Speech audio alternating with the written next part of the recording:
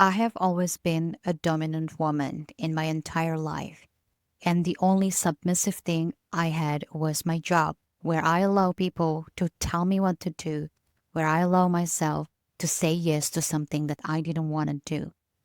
And I thought the biggest challenge for me as a dominant woman was to let go of control. But I was wrong.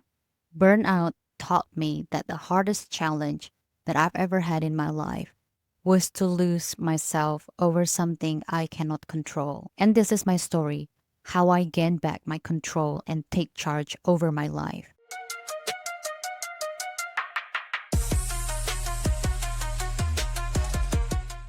Hi everyone, it's Findri again, and welcome back to my Burnout series. For the past episodes, I've been mentioning about me needing so much validation, but I didn't know where it came from. It was some sort of mystery for me because it was very irritating that I needed so much validation even from random people. But still, when I got validation and confirmation, it felt like that's not it. So I was still wondering a lot, what should I do? And I know where it came from, but how should I fix it? In the meantime, I was focusing so much on my mental side of things, and things got better where it was time for me to think about my future. I considered two options back then on what to do. First is I work again in a startup or a tech company. Second is whether I start my own thing because I already had a side business, which was the on demand design service. At the time, I was already applying to so many companies and scheduled some interviews here and there. And I noticed something that bothers me a lot, like never before, maybe because I was already so used to listening to myself. One thing that I really feel is an ache, I would say, when it comes to working for a company, specifically a startup company. All those startup companies, they have something in common which make me so sick to the stomach. They are so full of bullshit, and the way they wrote their job description was already sus. And when I joined the interviews as a candidate, I had the feeling that I was kind of chasing the job. And those companies, they felt like, oh, look at us. We are the company and we are going to hire you. So we can just cherry picking whoever the best it is. And that was so fucking wrong. And I noticed that in every interviews, in every job description too, even it was just a written type of communication. I felt that.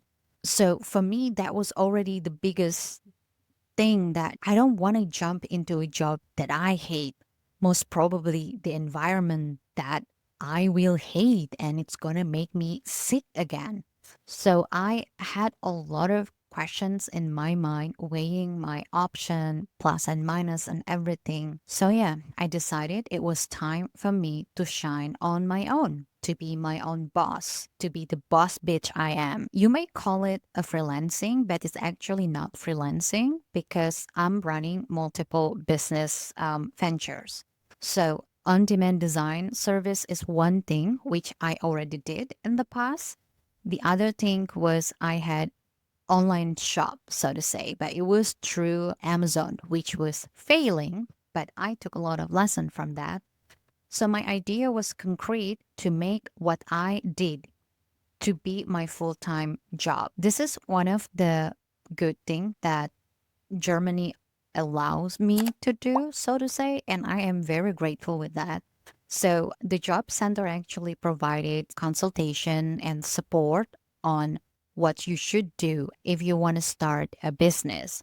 So I spoke to my contact person from job center, and from my conversation, I had the feeling that they were super excited for me to start my own business. And I didn't know why. Maybe like, oh my God, I'm such a model Auslander or whatever it is. So they provided all the necessary information, and they gave me this voucher. It called I forgot the name, AVGS. That's the name. but I cannot remember. With that voucher, you will get some sort of coaching with professional business coach. But the job center somehow already saw me as an experienced entrepreneur and I didn't need to have the full coaching. So I got only like 4 times and it was, I think, a month. I met a really good coach. He was already older, but he was very open minded and he was also so excited with my business concept. Just so you know, I did all the business plan and everything in German. But thanks AI and DeepL, my God, like where have you been when I was still studying, I managed to wrote the business plan with only two mistakes, two grammatical mistakes. My God. Finally, after 10 years in Germany, my German paid off. But anyway, one thing that I noticed that was also some sort of confirmation from me was when my business coach actually asked me, "Are you sure you're going to do it alone? Because this is a lot." And I told him, "Yes, I will do it alone because I did it before while I had a full time job." And my business coach was like, "Wow, you are a power woman." And that was like, course I am, That was so nice to hear that from a business coach. And it boosts my confidence that, I can do it by myself. Through this coaching, it gave me so much empowerment, even though it was pure business coaching thingy, not even talking about female empowerment or whatever, because it was basically a dude. But what my business coach said to me, it gave me something. And then the mystery why I needed so much validation. Finally, I got the answer. So I told you I was crafting a lot. I like to experiment with new medium and so on. And my former colleague reached out to me and she wanted to order something small from me. And it was a fun project. One day, it was in September. So basically, 1 month before I officially start my self employment, I finally went to the office, the former office, to meet my former colleague to drop off the small thing that my former colleague ordered. And it was also nice to see everyone again because, I did miss people. I didn't expect that. I guess I am not that nerd because I did miss human connections. And then I bumped into the person who is supposed to be my replacement because it wasn't planned. So it was just like, in the hallway and we bump into each other and then we were like, hi, how are you? How things going? And so on. So this was some sort of like designer to designer fan thing, I guess. So I was just listening because I didn't have a drama. I just wanted to listen. They were saying to me, "I didn't know how you did it, but I have so much respect for you." Oh my God. Hearing that, I was like inside me, my God, you say that to me? So I had that feeling of like, oh, this is it that I need. Not only that, basically, the person was telling me that the marketing boss should have listened to me because everything that I said was true. Everything that I already warned them about the capacity, about everything was true. And I got that validation from my replacement. And you know what? The other thing that made me really chin up and, got my thing back was when they told me how many people actually now in the design team to replace me. Guess what? When I told you I had a work of 3 people and I wasn't kidding, I was right. After I left the company had 3 designers plus one designer is still in the hiring process. So 4 people, 4 designers replace me, replace what I did for all this year alone, nearly alone for my time. Sometimes I got help, yes, but for most of the time, I was alone. And you know what? That boosted my ego, and I realized what was wrong with me, why I needed so much validation was because my ego was hurt. After that conversation, I realized how much anger I need to deal with. I did what I had to do, swearing a lot, talking shit.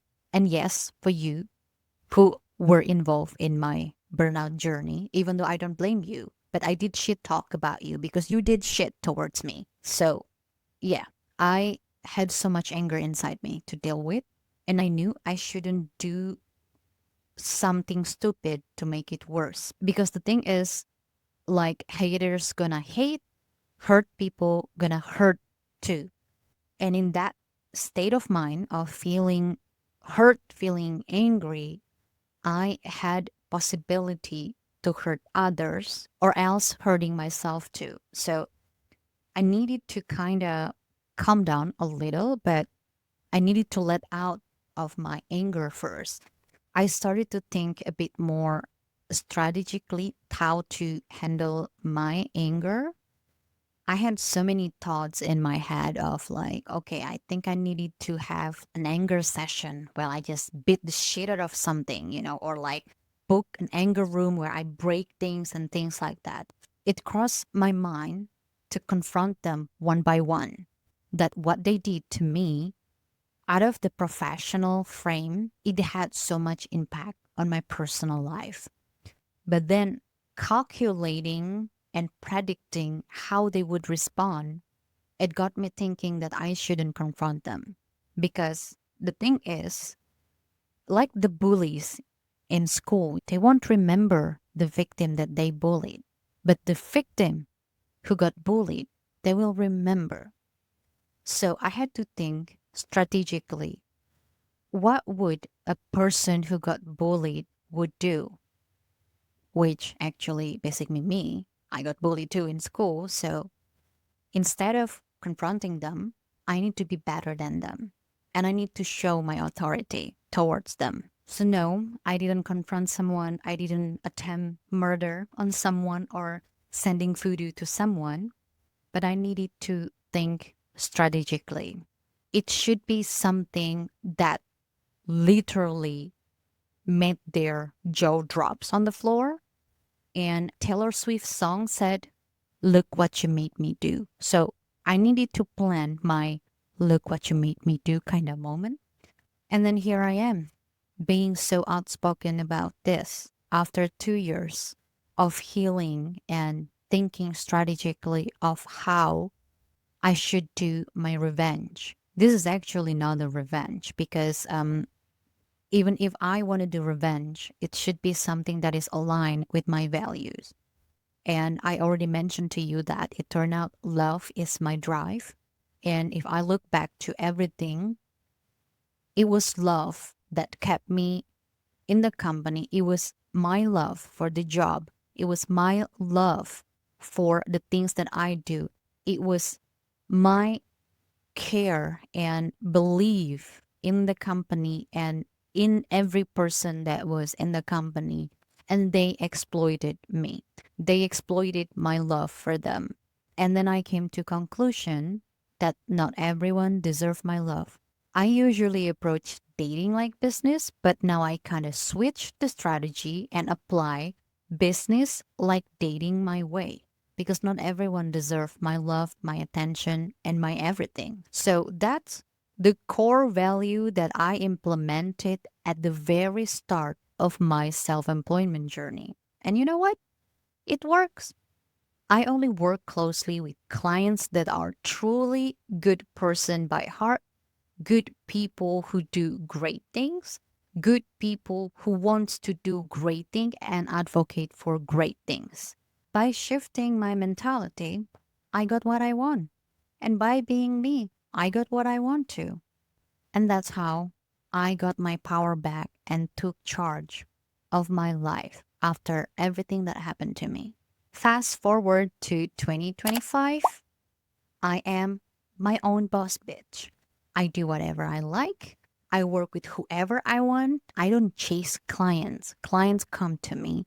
And I only work with clients who deserve me. That simple shift in my mindset that actually changed everything the way I approach business. So in my first year of being self-employed, I work less and I earn more. Of course, I still also needed to do so many things to build my foundation. And 2025 is my second year. I wanted to have audience and expand my network. I only want to connect with like minded people, people who are genuine, people who are truly good at what they do, people who actually advocate for a better place to work.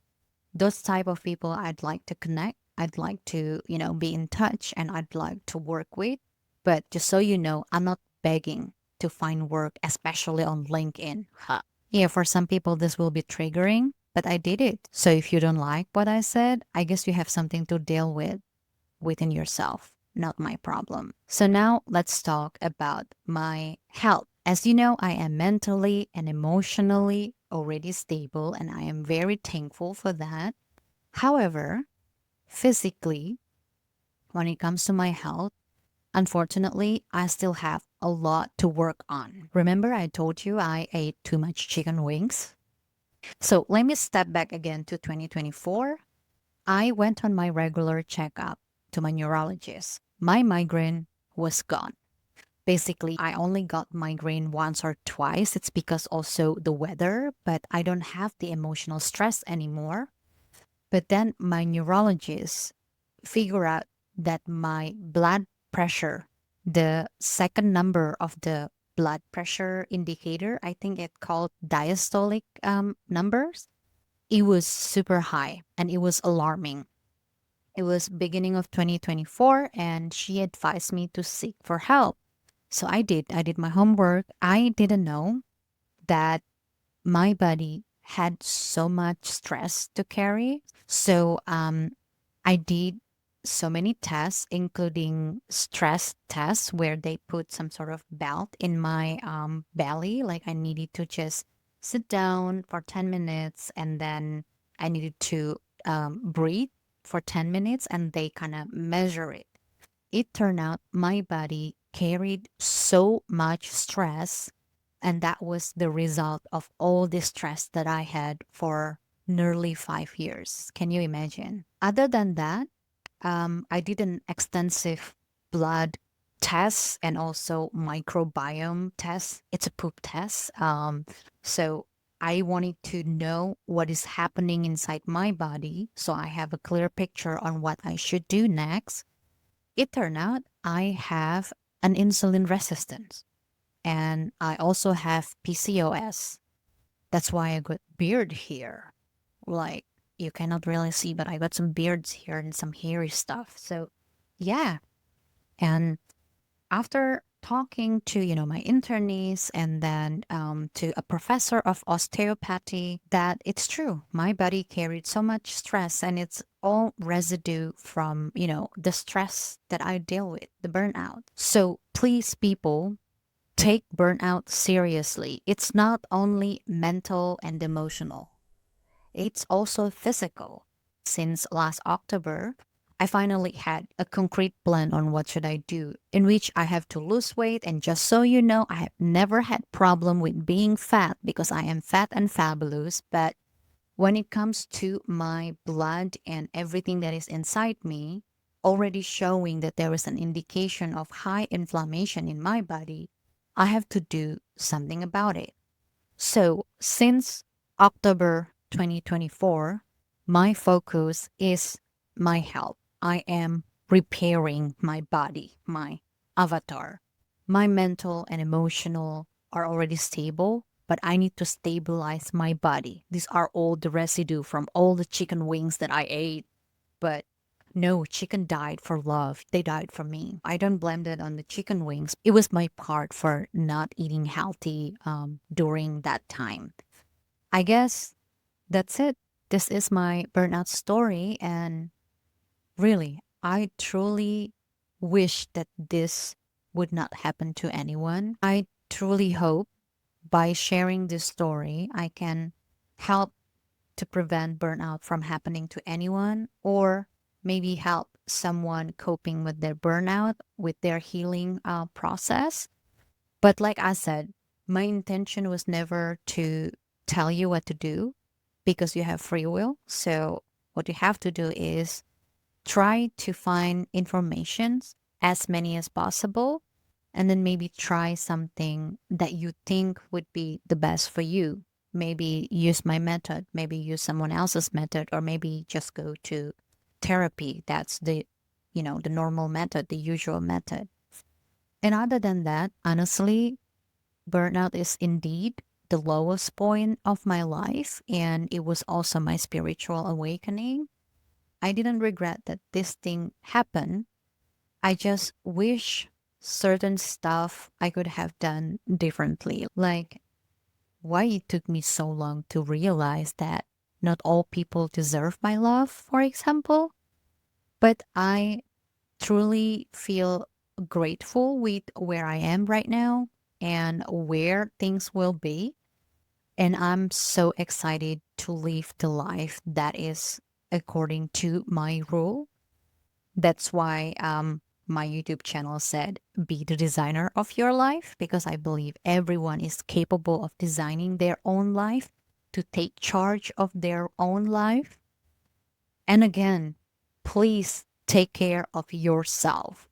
There is nothing more important than your well being.